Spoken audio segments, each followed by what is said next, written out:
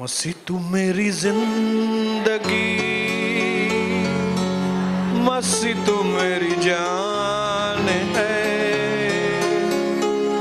तेरे बिन है मसीह ये दिल वीरान है। 17 अध्याय मत्ती का 14 वचन से मैं आपके लिए पढ़ता हूं। मत्ती 17:14।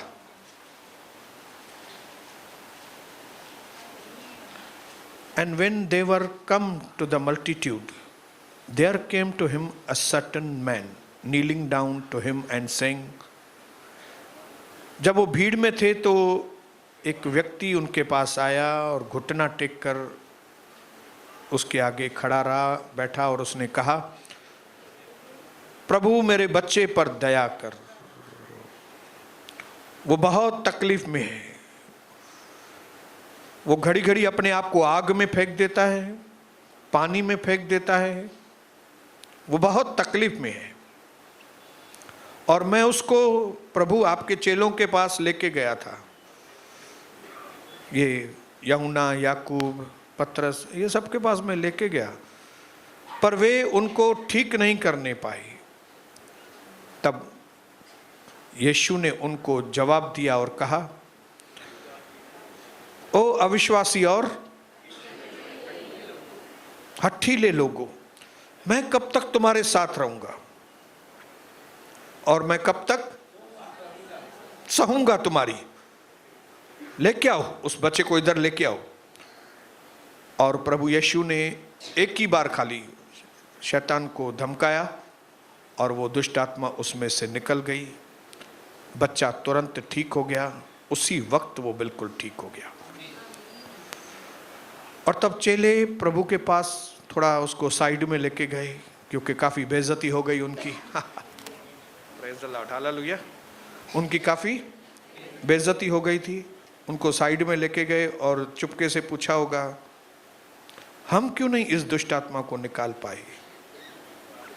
तब प्रभु ने उसको कहा, बिकॉज ऑफ योर अनबिलीफ, तुम्हारे अविश्वास की वजह से। फॉर वेरीली आई से अनटू यू, क्योंकि मैं तुमको सच सच कहता हूं कि अगर तुम्हारा विश्वास राई के दाने के भी जितना है और तुम इस पहाड़ को बोलोगे हट जाओ, तो वो अपनी जगह से हट जाएगा। क्योंकि जो विश्वास करते हैं उनके लिए कोई बात असंभव नहीं। और फिर 21 वचन में लिखा है, आपके उधर लिखा है कि नहीं हिंदी में, इसके लिए मैंने इंग्लिश में लिया। How but this kind goes not out but by prayer and fasting. इस तरह की दुष्ट आत्माएं जो हैं, वे दुष्ट आत्माएं कैसे जाती हैं? उपवास और प्रार्थना से जाती है। हालेलुया। चेलों को समझ में आ गया कहीं पे हमारे अंदर कमी है, बेइज्जती हो गई हमारी। उस व्यक्ति ने आके यीशु मसीह को बताया कि इतने तगड़े तगड़े आपके चेले हैं, उनमें से एक भी आदमी ने दुष्ट आत्मा को नहीं निकाला। मैं चाहता हूं ये बंद कर दो। उनमें से एक भी तुम आपके चेले ने मेरे बेटे को ठीक नहीं किया। और चेलों को भी लगता होगा प्रभु हमारे साथ साथ चलता है, प्रभु का वचन भी सुनते हैं हम लोग, और तो और प्रार्थना भी करते हैं, फिर भी ये काम हम नहीं कर पाए, कहीं पे कोई कमी रह गई है। तब उन्होंने चेलों से जब पूछा, तब चेलों ने उनको बताया कि तुम्हारे अविश्वास मतलब तुम्हारा कम विश्वास मतलब तुम्हारे विश्वास की क्वालिटी कम है, तुम्हारे विश्वास वाली ताकत कम है, जिस तरह का विश्वास तुमको होना चाहिए उस तरह का विश्वास नहीं अपनाया, क्योंकि इस तरह की कई तकलीफें सिर्फ उपवास और प्रार्थना से जाती है, सिर्फ प्रार्थना से नहीं। आप में से कई भाई कलीसिया में आते हैं, बहुत अच्छी बात है, आपको लगता है प्रभु मेरे साथ है, बिल्कुल प्रभु आपके साथ है, मैं भी बोलता हूं, अच्छी बात है। वचन भी सुनते हैं, अच्छी बात है, लेकिन उसके बावजूद कई तकलीफें आपका पीछा नहीं छोड़ती, ये भी हकीकत है। बोलो, ये भी हकीकत है। कलीसिया आते हैं, हाँ आते हैं। वचन सुनते हैं, हाँ सुनते हैं। प्रार्थना करते हैं, हाँ करते हैं। फिर तकलीफ क्यों नहीं जाती?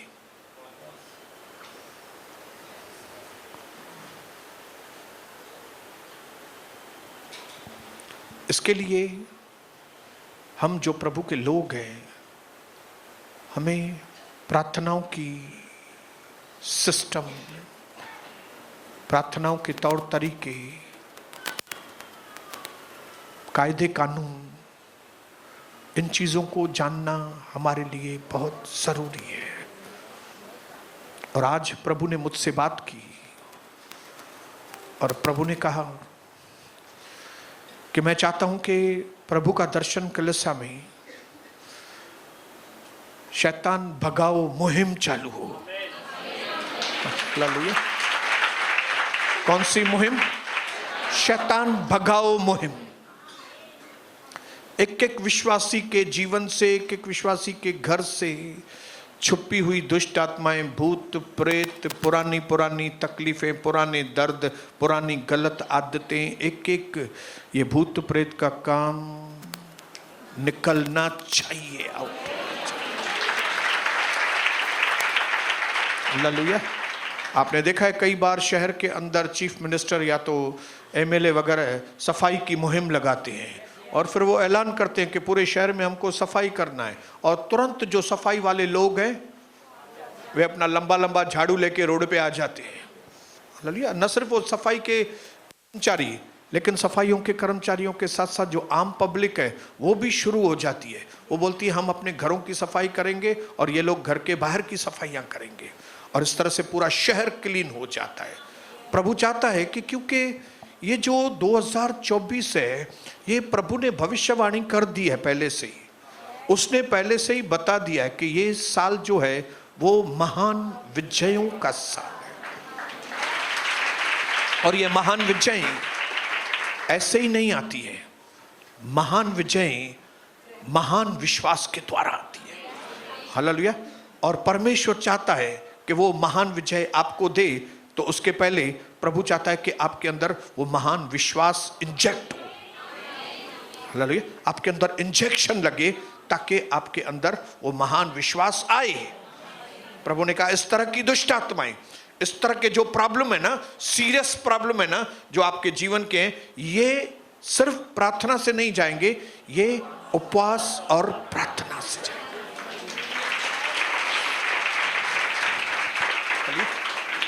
और प्रभु चाहता है कि आपके और मेरे घरों में, आपके और मेरे जीवन में ये दुष्ट आत्माओं के कामों का दी एंड हो। हालेलुया। एक दौर हो, जो दौर था कि जब दुष्ट आत्माएं आपको सताती थी, आप डरते थे।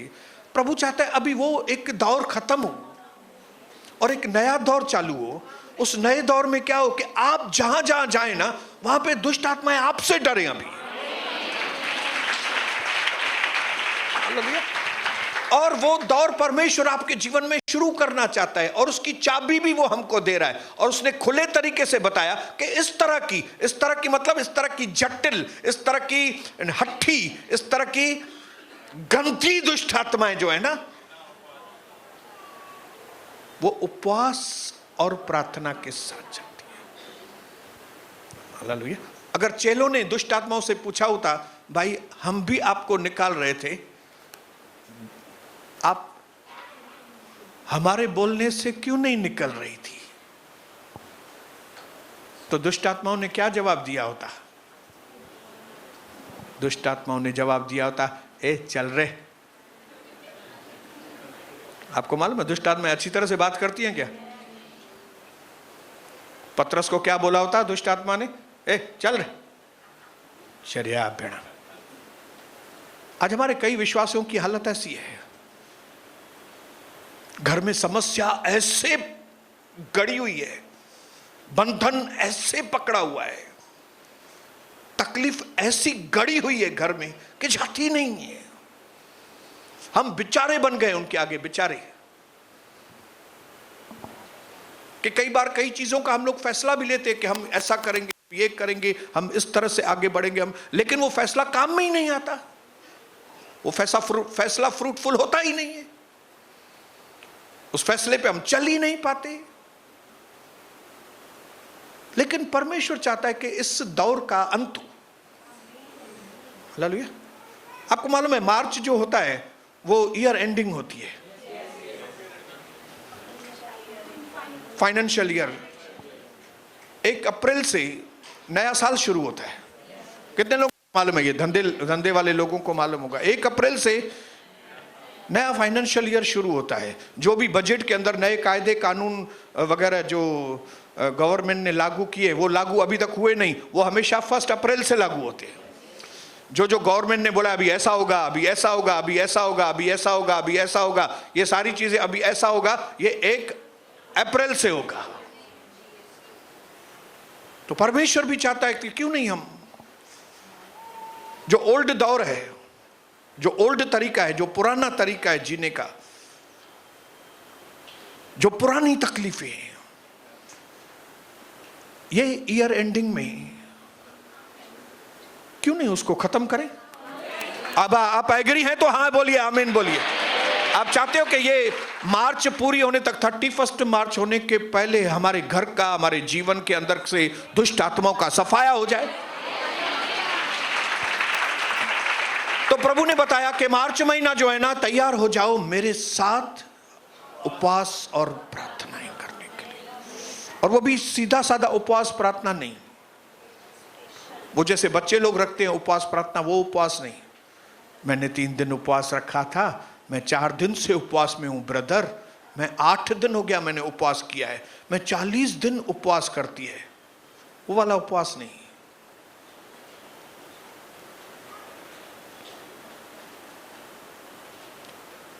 प्रभु के वचन के अनुसार वाला उपवास। ऐसी ऐसी चीजें प्रभु इस आने वाले मार्च, अभी कभी से शुरू होगा मार्च? 1 तारीख शुक्रवार से हमारा उपवास और प्रार्थना शुरू होगा, और हम मार्च में मार्चिंग करेंगे। क्या होगा? मार्चिंग मतलब, हाँ, मार्चिंग मतलब मोर्चा निकालना। एक तरह से मार्चिंग मतलब मोर्चा निकालना। मार्चिंग मतलब मूविंग, मार्चिंग मतलब आगे बढ़ना। लेकिन कैसे आगे बढ़ना मार्चिंग में? Marching with fasting and prayer. Hallelujah. मैं 2 दिन पहले परमेश्वर की ओर से मैं आपको आज इन्फॉर्म करना चाहता हूं, आपको जागृत करना चाहता हूं। प्रभु की महान बहुत बड़ी योजना है। जिस व्यक्ति ने, जिस राजा ने सारी सृष्टि को बनाया, उसको आगे का, अंत का, पहले का सब कुछ मालूम है। हालेलुया। उसको हर चीज के तरीके मालूम है। यिर्मयाह को उसने कहा कि मां के पेट में तुमको बनाने से पहले से मैं तुमको जानता हूं। हालेलुया। हम आगे क्या करने वाले हैं, कैसे करने वाले हैं, क्या रिजल्ट्स आने वाली है, वो सब उसको मालूम है। और उन्हीं अपने उस सर्वज्ञानी ने उसी ज्ञान के अनुसार हम तक संदेशा पहुंचाया है कि बेटा मैंने 2024 में आप लोगों के लिए एक अजीबो गरीब ये साल रखा है, बहुत महान विजयों वाला साल रखा है। हालेलुया। उसके लिए आप सब लोगों को एक चीज करनी पड़ेगी, वो है अपने अंदर कमिटमेंट करना मार्च महीने के लिए। हालेलुया। कमिटमेंट, फैसला भी नहीं, फैसला वाचा, कमिटमेंट, यस, बंधना, अपने आप को बांधना। I am committed to do this. कई लोग मुझे बोलते हैं ब्रदर आप मुझे खाली काम बोलो, बस हो गया वो काम समझो, मतलब मैं कमिटेड हूं, वो काम मैं पूरा कर दूंगा। प्रभु को आज वो लोग चाहिए जो आने वाले समय के अंदर सारी सृष्टि पर उसके साथ राज करें, प्रभु के साथ। और वो लोग मामूली लोग नहीं होंगे। वो लोग कौन से होंगे? वो लोग कमिटमेंट वाले लोग होंगे। वो लल्लू पंजू लोग नहीं होंगे, आज बोलेंगे एक चीज कल फिर दूसरी जाके करेंगे, आज बोलेंगे हाँ कल फिर बोलेंगे ना, आज बोलेंगे ना फिर कल बोलेंगे हाँ। वो लोग नहीं। प्रभु को वो लोग चाहिए जो अपनी जबान के पक्के हों, ऐसे लोग हों जो मेरा आदर करते हों। मेरे आदर के तहत चेलों ने अपनी जान भी दे दी, लेकिन उन्होंने जो कमिटमेंट किया था प्रभु से, उस कमिटमेंट को उन्होंने पूरा किया। मरते दम तक प्रभु के चेलों ने जो प्रभु ने उनको बोला था वही किया। कमिटेड लोग। इस कलीसिया को कौन से लोगों की जरूरत है? कमिटेड लोग। टीपी लोगों की जरूरत नहीं है इधर। ये कलीसिया को टाइम पास लोगों की जरूरत नहीं है। हालेलुया। दुनिया में पहले ही टाइम कलीसियाएं बहुत हैं। मैं नहीं चाहता कि उस बहुत सारी टाइम पास कलीसिया में ये भी कलीसिया आए।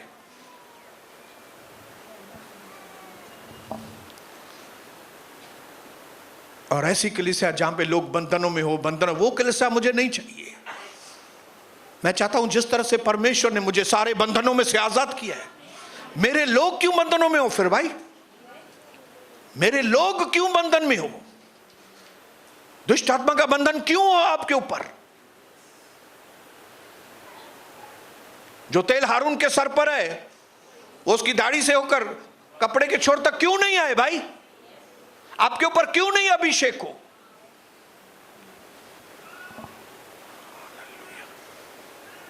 कितने लोगों को इंटरेस्ट है अभी भी बॉन्डेज में जिंदगी बिताने के लिए? है कोई व्यक्ति ऐसा जो बंधन में जिए बैठ के? रिपीट से आपको बोलता हूं, सबसे ज्यादा वर्स्ट बंधन जो है ना, वो है वो बंधन जो आप खुद अपने ऊपर डालते हो। अभी 3 दिन का उपवास प्रार्थना यहां पे डिक्लेयर हुआ है। अभी जो लोग अपने आप के ऊपर बंधन बांधते हैं वो क्या बोलेंगे? मैं थोड़ी आ सकूंगा, मैं थोड़ी आ सकूंगी, मेरे बच्चे का फाइनल एग्जाम है, मैं थोड़ी आ सकेगी। ये कौन है जिसने अपने आप के ऊपर बंधन डाला है? शैतान ने नहीं डाला है। नहीं, मैं तो नौकरी वाला है ना, 3-4 घंटा छुट्टी देगा थोड़ी, मेरा सेठ देगा थोड़ी। लेकिन अगर ये बंधन नहीं होता आपके ऊपर, आपके अंदर विश्वास होता, और अगर मैं आपको बोलता था यार आप तो नौकरी वाले हो, आपका तो आपको लगता है छुट्टी नहीं देगा, तो आप मेरे को बोलते थे पास्टर मेरे सेठ का बाप भी छुट्टी देगा। हालेलुया। तो आज हमको कौन से लोग चाहिए? जो अपना बंधन उतारे। प्रभु किनकी मदद करेगा? जो अपने आप को छुड़ाना चाहते हैं भाई। हालेलुया। बंधन में से कौन छूटते हैं? जो पहले अपने अंदर डिजायर रखते हैं कि मुझे बाबा छूटना है इसमें।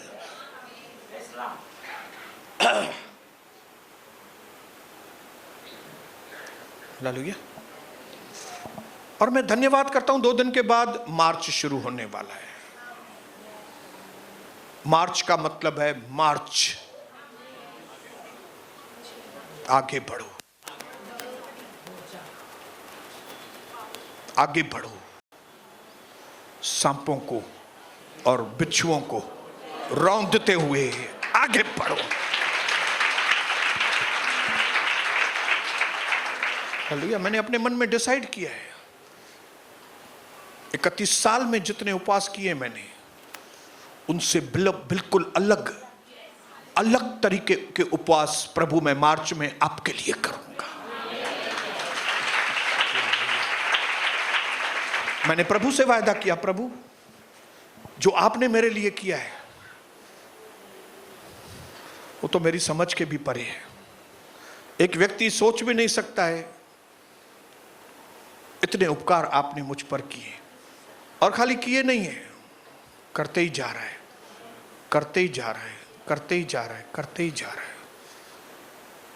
कितने लोग मेरे क्लासमेट, मेरे साथ पढ़ने वाले लोग इस दुनिया में नहीं है। कितने लोग मेरे क्लासमेट जो मेरे साथ थे वो इतनी तकलीफों में हैं जो आप सोच भी नहीं सकते।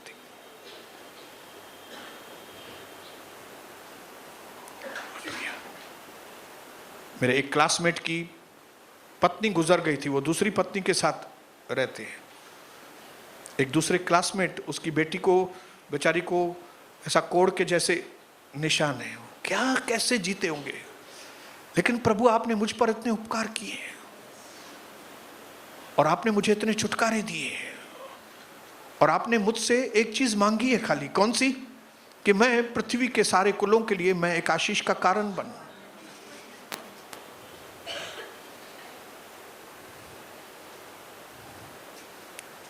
तो मैंने भी अपने मन में फैसला किया है, मार्च का महीना,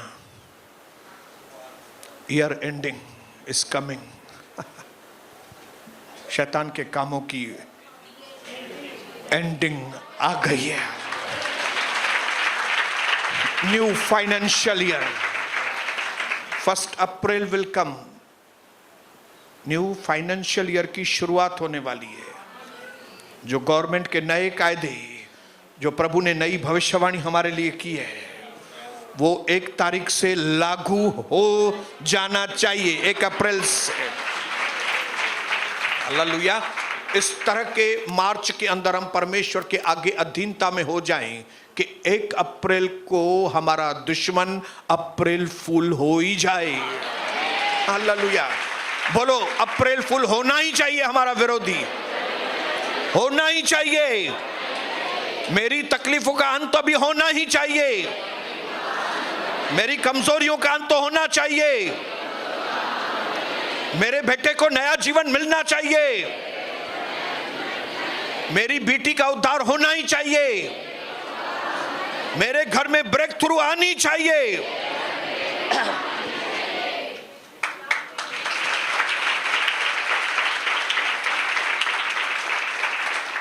दानियल 9 अध्याय में लिखा है, उसके 3 वचन में, हिंदी में कोई पढ़ेगा? देखो 9:3 दानियल।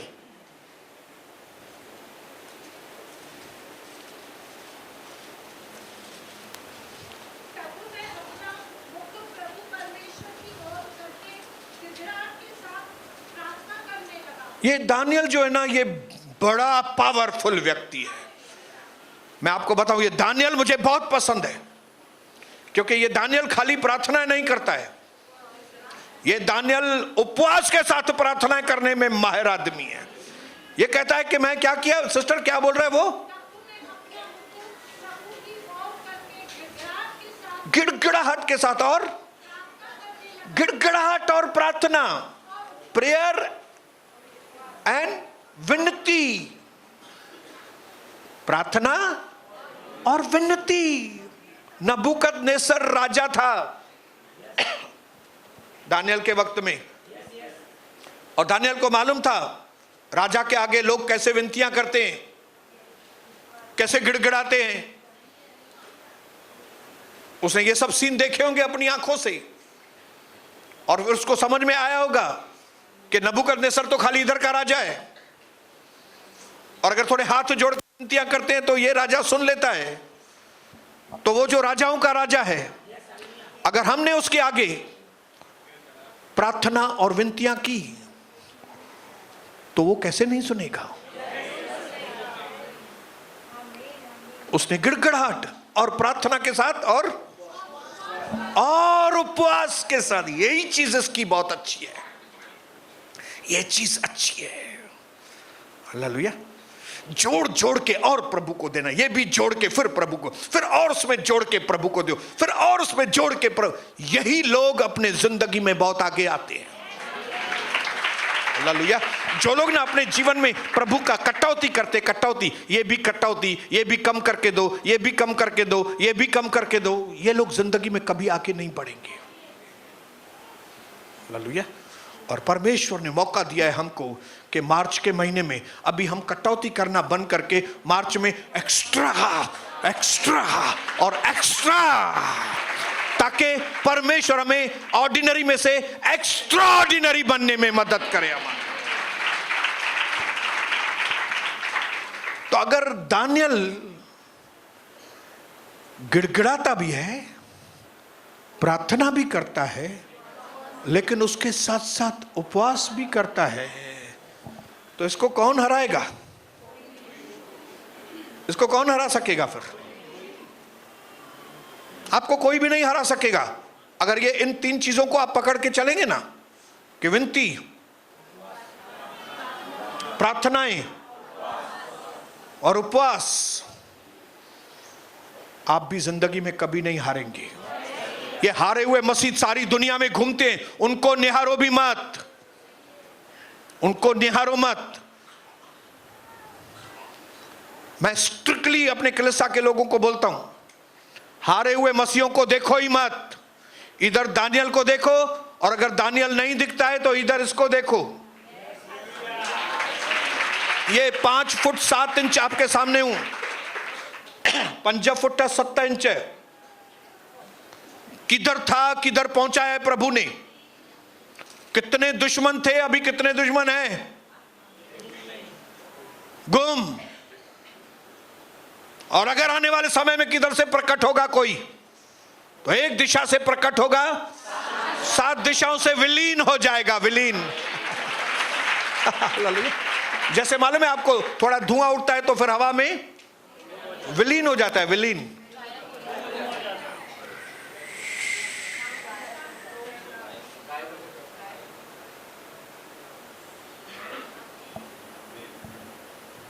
बोलो हालेलुया।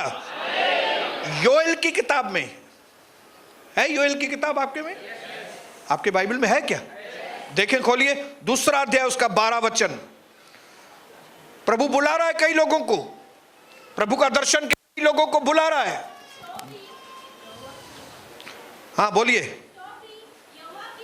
तो भी यहोवा की यह वाणी है, भले तुमने कुछ भी किया है पहले, भले कौन सी भी गलतियां की है, भले कितने भी पहले ढीले रहे हो तुम, भले कितने भी अपने आप को तुमने खराब किया है पहले, तो भी अब प्रभु की यह वाणी आपके पास आ रही है, क्या करो? अभी भी सुनो, उपवास के साथ रोते पीटते अपने पूरे मन से मिलकर मेरे पास आओ। तो भी प्रभु बोलता है मैं एक मौका देता हूं और फिर से उठने का। प्रभु कहता है एक बार फिर से मैं मौका देता हूं तुमको जय देने का। मैं तुमको एक बार फिर से मौका देता हूं कि दुश्मनों को तुम कुचलो। प्रभु कहता है मैं तुमको मौका देता हूं, अभी भी वक्त है कि तुम अपने पति को जीत के लाओ। मैं मौका दे रहा हूं, मैं मौका दे रहा हूं तुमको कि हर बात में तुम जय पाओ, ऊंचा उठो। कैसे? तुम उपवास करके मेरे पास लौटो, रोते हुए मेरे पास लौटो, कराहते हुए मेरे पास लौटो। आगे,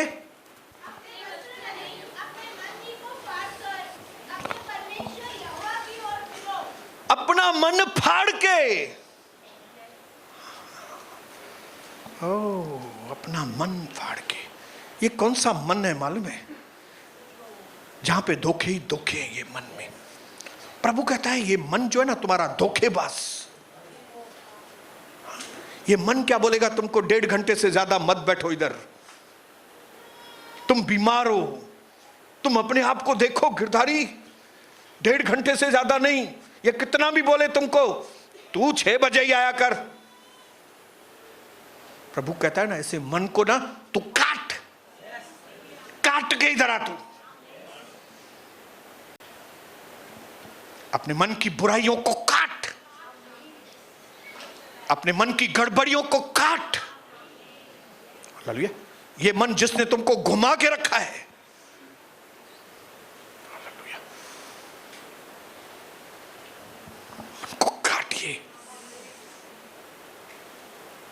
ये तेरा मन कट जाएगा ना, मैं तू चिंता न कर, मैं तेरे को नया मन देगा, मैं नया मन देगा।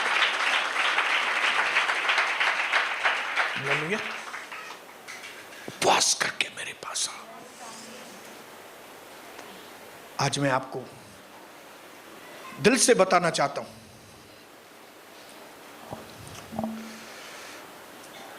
एक उपवास ऐसी कड़ी है,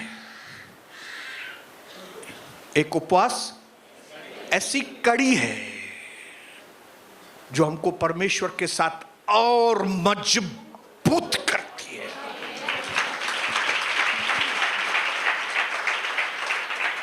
बोलिए हालेलुया। परमेश्वर से प्यार करना और पेट को छोड़ना, लविंग गॉड एंड लिविंग बेली।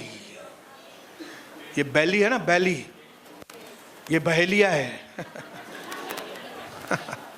ये बिल्ली है, बिल्ली, ये बेली बिल्ली है। हालेलुया। उपवास का मतलब समझकर फिर उपवास करना। ऐसा नहीं उपवास आपके लिए डिसिप्शन बन जाए। कई लोग 40 दिन उपवास करते हैं, मैंने देखा है। कई लोग 21 दिन उपवास करते हैं, देखा है, मैंने अभी तक नहीं रखा। कई लोग 10 दिन उपवास करते हैं, मैंने 10 दिन भी नहीं रखा। कई लोग 7 दिन रखते हैं, फिर भी रखा है। लेकिन वो भी 7 दिन रोज खाता हूं, वो 7 दिन रात को खाता हूं, ऐसा नहीं 7 दिन नहीं खाए, वो नहीं। लेकिन मैंने देखा है इतने उपवास करने वाले लोग, आज उनका मसीह की जिंदगी में नामो निशान नहीं है। किधर चले गए मालूम? निर्जल उपवास रखते थे कुछ लोग। हमको वो उपवास नहीं करना है। पवित्र आत्मा से पूछ के हमें वो उपवास करना है जो यहां बाइबल में लिखा हुआ है। वो उपवास जो दानियल करते थे, वो उपवास जो मत्ती 17 में यीशु मसीह बोल रहे, वो उपवास जिसमें हम परमेश्वर से प्रेम करें और इसको ना करें।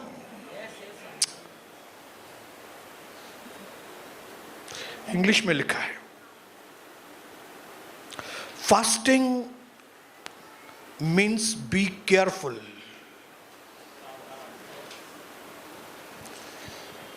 फास्टिंग का मतलब ऐसा नहीं कि बस आज फास्टिंग रखा है। फास्टिंग एक ऐसी चीज है जो आपको शैतान के ऊपर जय दिलाती है। तो क्या ऐसे आप ऐसा ही फास्टिंग बोलेंगे किसको? जब प्रभु यीशु खुद बोल रहे हैं कि भाई इस तरह की दुष्ट आत्माएं उपवास और प्रार्थना से जाती हैं, आप इसमें से अंदाजा लगाओ कि हमें उपवास को कितना गंभीरता से, सीरियसली हमें अपने जीवन में लेना चाहिए। हालेलुया। हमें यह चीज जांचनी पड़ेगी अंदर कि उपवास होता क्या है, उपवास कैसे करें और इस उपवास का हमको कैसा फायदा पहुंचे ताकि परमेश्वर का मकसद मेरे जीवन में पूरा हो। तो ये 3 दिन उपवास और प्रार्थना में जाने से पहले मैं चाहता हूं कि कुछ चीजें हम ये चीज जान लें, ताकि जब हम फ्राइडे से उपवास करना शुरू करें तो हमको माइंड में रोशनी हो पहले से ही। बोलो पहले से ही। फास्टिंग के पहले ही हम फास्टिंग में हो। जैसे एक पावरफुल पत्नी वो बनती है जो पत्नी के,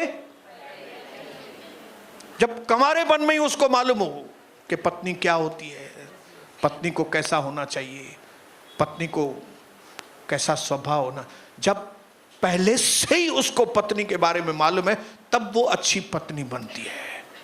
हाँ? नहीं तो ये चंचल लड़कियां आज की, आपको लगता है ये चंचल लड़कियां अच्छी पत्नी बनेंगी जाके? हाँ?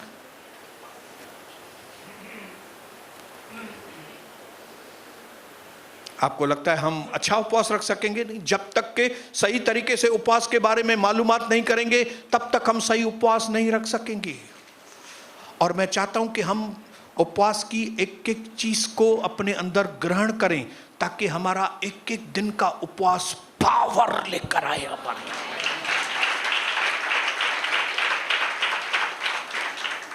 ताकि मार्चिंग के साथ, मार्च में मार्चिंग के साथ आगे बढ़े, मार्च में फास्टिंग की मार्चिंग के साथ हम आगे बढ़े, उपवास के जुलूस लेकर हम मार्च में आगे बढ़े, ताकि 1 अप्रैल से एक नई जिंदगी की हमारी शुरुआत हो।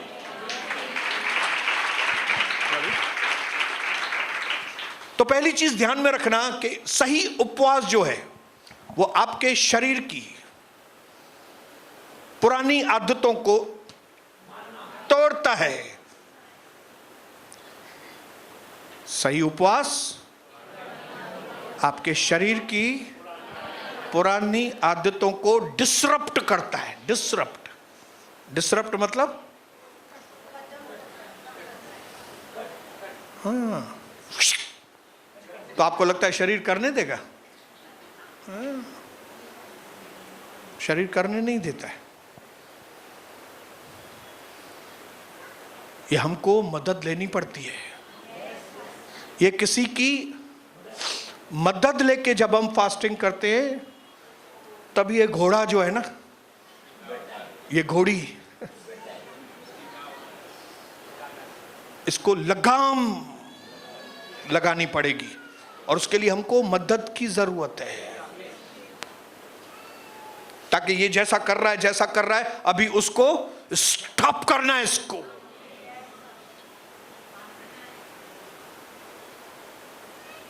बोलिए हालेलुया। दूसरी चीज, फास्टिंग क्या है? मैंने इंग्लिश में लिखा है, फिर मैं हिंदी में बोलूंगा और 5 या 10 मिनट में पूरा हो जाएगा। The wilful abstaining from natural pleasures for a spiritual purpose. What is fasting? उपवास क्या है? उपवास है स्वयं इच्छा से दुनिया के आनंद की चीजों से, स्वयं इच्छा से, हाँ, दुनिया के आनंद वाली चीजों से अपने आप को अलग करना। सिर्फ इतना नहीं, लेकिन आत्मिक मकसद के लिए ये करना, इसको फास्टिंग बोलते हैं। दुनिया का ऐशो आराम, हर चीज जिसमें से मुझे आनंद मिलता है बहुत, उस चीज को ना बोलना, अपने स्वयं इच्छा से ना बोल के, ये मकसद के साथ कि मुझे आत्मा में तरक्की करनी है, इसको उपवास कहते हैं। अगर आपने अपनी इच्छा से आनंद की चीजों को ना बोला, लेकिन आत्मिक मकसद के लिए नहीं, तो ये उपवास नहीं हुआ।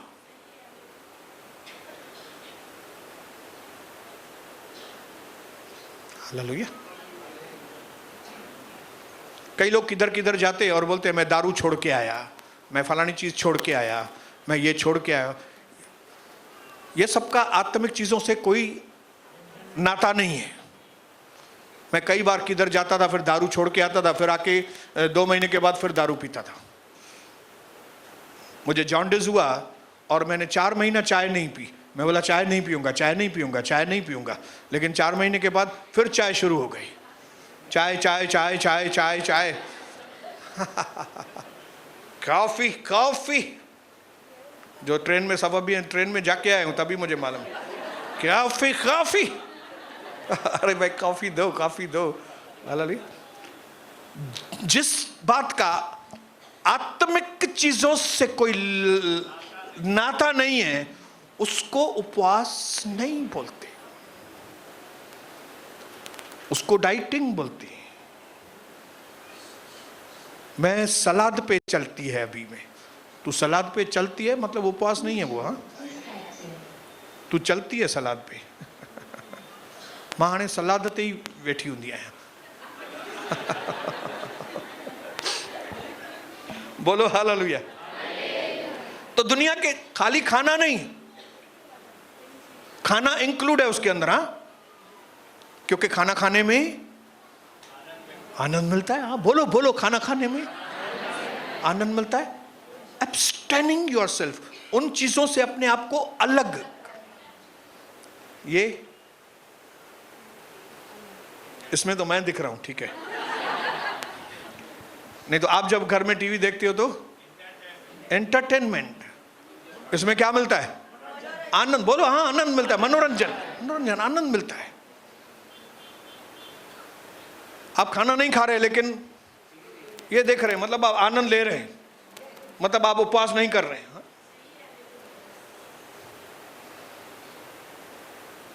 आप खाना भी नहीं खा रहे हैं, टीवी भी नहीं देख रहे हैं, लेकिन दोस्तों से मिलने के लिए जा रहे हैं। मुझे नंढे होंदे दोस्त गपशप भी क्यों कलाक बकलाक अच्छो, आज फास्टिंग, आज फास्टिंग है, आज मैं मां के घर जाके आती है, उपवास है, आज मैं बहन के साथ जाती है, आज मैं साले के पास जाता है, आज मां भेणीए वट तो अञा पियो, भेणी बियो। हालेलुया। नहीं, जहां पे आपको जो चीजों में आपको आनंद है, अपने आप को उन चीजों से अलग करना। बोलो अलग करना। और खाली अलग करना नहीं, अपने आप को उधर जोड़ने के मकसद से, इधर से निकाल के उधर जोड़ने को कहते हैं फास्टिंग। आपने खाना नहीं खाया, टीवी भी नहीं देखा, लेकिन पूरा दिन घरों में जाके काम किया, पूरा दिन निकल गया, आपने उपवास नहीं किया। ये गलत फहमी में नहीं रहना। आज हमारे मसीह लोगों के आत्मिक जो उपवास हैं, जो उनको लगता है कि वो आत्मिक है, फेल क्यों है? नहीं तो कोई 21 दिन उपवास रखे और वो कहां से कहां पहुंचे। अगर कोई 40 दिन उपवास करे सही तरीके से, मैं किसी का भी न्याय नहीं कर रहा हूं, मैं नतीजे देखना चाहता हूं। भाई मां ॾाढी मेहनत कई, मां ॾाढो एग्जाम खां पहिरियों ॾाढा किताब पढ़िया, पर मार्कूं घणियूं आहे, मार्कूं हुन मां ई सम्झी वञो तूं घणो पढ़ियो आहे पुट। तव्हां मुंहिंजो न्याय था कयो ब्रदर। अरे मैं न्याय नहीं कर रहा हूं, मैं नतीजे मांग रहा हूं। When you take a decision, you will get the consequences. जब आप एक फैसला करते हो तो पूरा दिन फैसले में चलते नहीं हो, आप फिर उसके नतीजों में चलते हो। आपने जो अगर सही फैसला लिया, सही किया, उसके नतीजे सही आएंगे। आपने फैसला दिखाने के लिए सही किया लेकिन वो किया ही नहीं, तो नतीजे कौन से आएंगे? बोलो बोलो बहन, कौन से नतीजे आएंगे?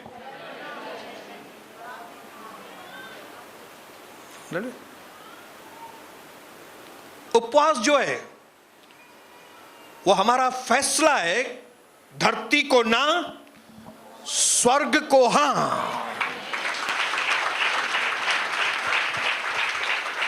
धरती की बातों में मुझे इंटरेस्ट नहीं देना है, मुझे स्वर्ग की बातों में इंटरेस्ट लेना है। इसके लिए मैं धरती की बातों को वैल्यू नहीं दूंगा ताकि उसकी वैल्यू को मैं जान सकूं।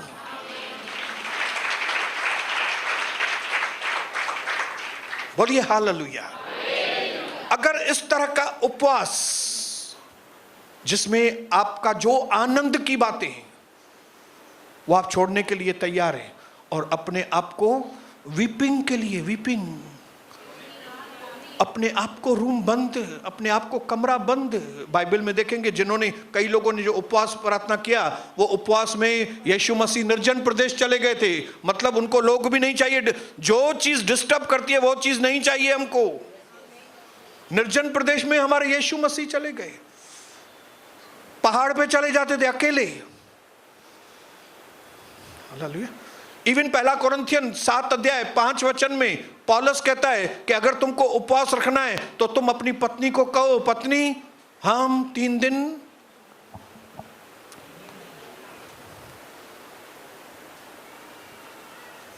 क्यों? क्योंकि पति पत्नी का शारीरिक प्यार भी एक आनंद है। बोलो आनंद है कि नहीं?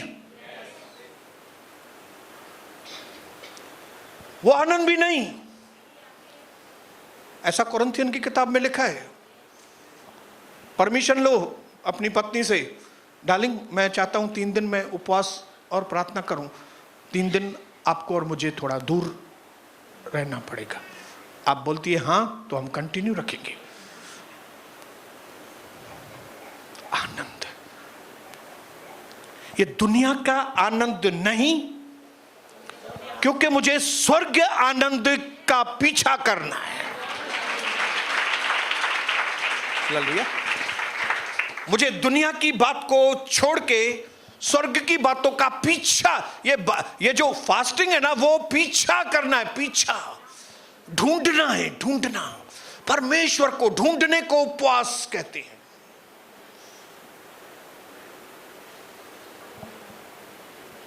ये उपवास आपको नई दुनिया की खोज,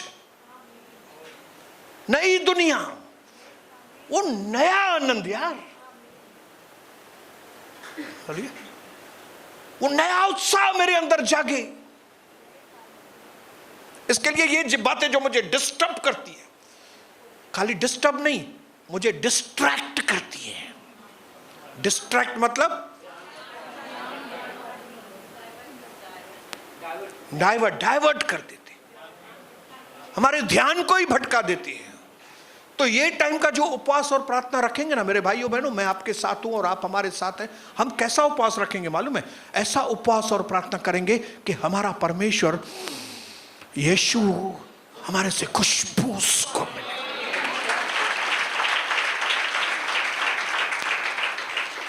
इंग्लिश में लिखा है, शायद आप समझो।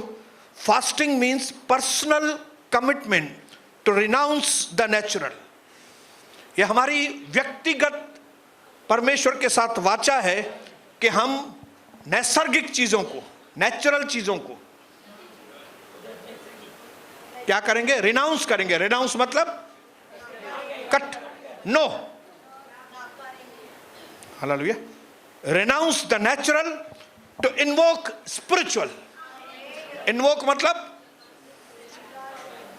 इन्वोक पैदा करना, अंदर इन्वोक, अपने अंदर स्वर्गीय बातों के लिए भूख उत्पन्न करने के लिए मैं यहां की चीजों को ना बोलने की कमिटमेंट करता हूं। नहीं, मुझे टीवी नहीं देखनी है, मुझे खाना नहीं खाना है, मुझे दोस्तों के साथ नहीं जाना है यार, मुझे दोस्तों के साथ, मुझे रिश्तेदारों के साथ नहीं जाना है टाइम पास करने के लिए। मैं पत्नी के साथ भी ये 3 दिन ज्यादा बात नहीं करेगा मैं। क्यों? क्योंकि मुझे किसी बात की खोज है, मुझे एक हायर चीज की खोज है, मुझे एक और ऊंची चीज की खोज है। ये फास्टिंग और प्रार्थना उन्हीं लोगों का सफल होता है जो ये अच्छी तरह से ना बोलते हैं और उसको अच्छी तरह से खोजते हैं। बंद करूंगा इसको,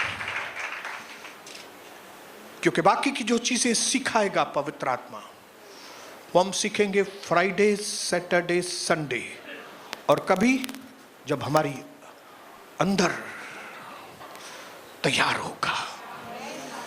और उसके पहले ही, अभी तो 2 दिन बाकी है उपवास में, मैं चैलेंज करता हूं आपको, मैं आपको चुनौती भी देता हूं और उत्साहित भी करता हूं। इन 2 दिनों में ही, जब भी आपने उपवास रखा भी नहीं अभी, गुरुवार, बुधवार, गुरुवार, आप ब्रेक थ्रू को देखना चालू कर देंगे, आप दरवाजों को खुलना देखना चालू कर देंगे। आप देखेंगे आपके आगे लोग हिल रहे हैं बैठ के।